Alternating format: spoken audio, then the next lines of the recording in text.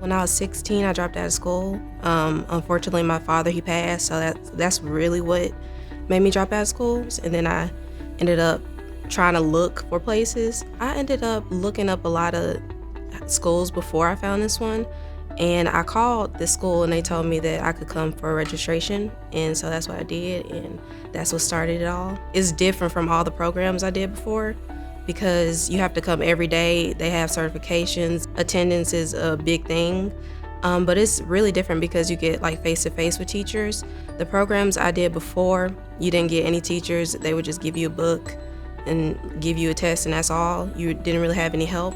It's different in a lot of ways. Certifications, it's a great thing to have certifications because it helps you when you get out and you graduate. The Excel Center was the right tool for me because it allows you to do a lot of different things. You get to meet a lot of different people. Like I said, I met firefighters before and they were able to tell me about the job and how it goes.